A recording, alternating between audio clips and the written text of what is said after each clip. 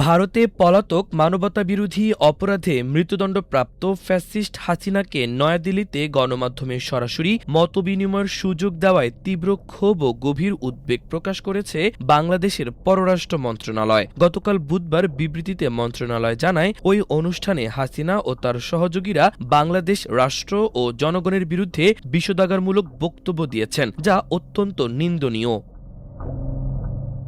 বিবৃতিতে বলা হয়, অনুষ্ঠানের সম্ভাব্য নেতিবাচক প্রভাব সম্পর্কে আগেই ভারত সরকারকে বাংলাদেশের পক্ষ থেকে উদ্বেগ জানানো হয়েছিল।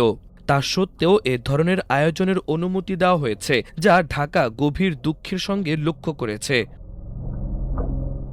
এতে বলা হয়, জুলাই বিপ্লবের দ্বিতীয় বার্ষিকীতে বাংলাদেশের জনগণ যখন শহীদদের স্মরণ করছে, ঠিক সেই দিন ভারতীয় মাটিতে শেখ হাসিনার এ ধরনের গণমাধ্যমে উপস্থিতি বাংলাদেশের সার্বভৌমত্বের প্রতি অবমাননা এবং জুলাই বিপ্লবের শহীদদের প্রতি গুরুতর অসম্মান।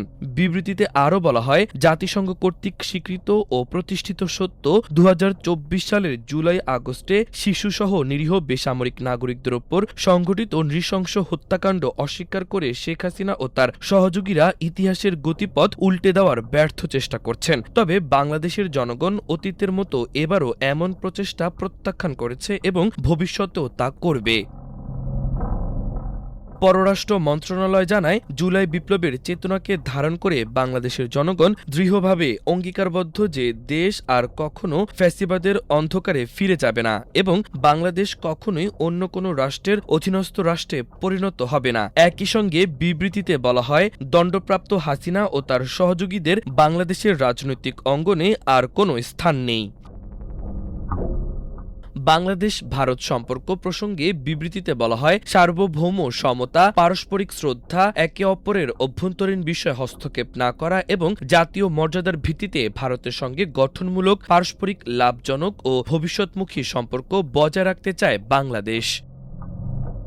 তবে ২০১৩ সালে স্বাক্ষরিত বাংলাদেশ ভারত প্রত্যর্পণ চুক্তির আওতায় দণ্ডপ্রাপ্ত হাসিনাকে দেশে ফিরিয়ে দিতে বাংলাদেশের একাধিক অনুরোধের বিষয়ে ভারত সরকারের কাছ থেকে এখনো কোনো সাড়া পাওয়া যায়নি। বরং তাকে প্রকাশ্যে গণমাধ্যমে বক্তব্য দেওয়ার সুযোগ দেওয়ার মাধ্যমে নয়াদিল্লি বাংলাদেশের জনগণের অনুভূতিতে আঘাত এনেছে। এটি দুই দেশের মধ্যে সৌহার্দ্যপূর্ণ সম্পর্ক উন্নয়নের জন্য ক্ষতিকর।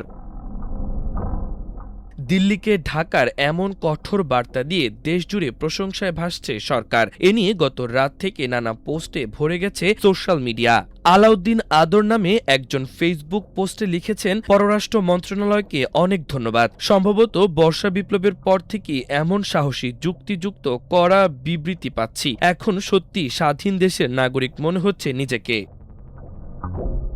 বোরহান ফয়সাল নামের অপর একজন লিখেছেন, বাংলাদেশের নাগরিক হিসেবে আজ গর্বিত বোধ করছি। আমাদের পররাষ্ট্র মন্ত্রণালয় এমন শক্ত বিবৃতি দিতে পারে কল্পনা করাও কঠিন ছিল। প্রফেসরের সময় দেখেছি এমন কড়া বিবৃতি, আর আজ তারেক রহমানের সময় দেখলাম। অভিনন্দন পররাষ্ট্র মন্ত্রণালয়। মাল্টিমিডিয়া ডেস্ক, আমার দেশ।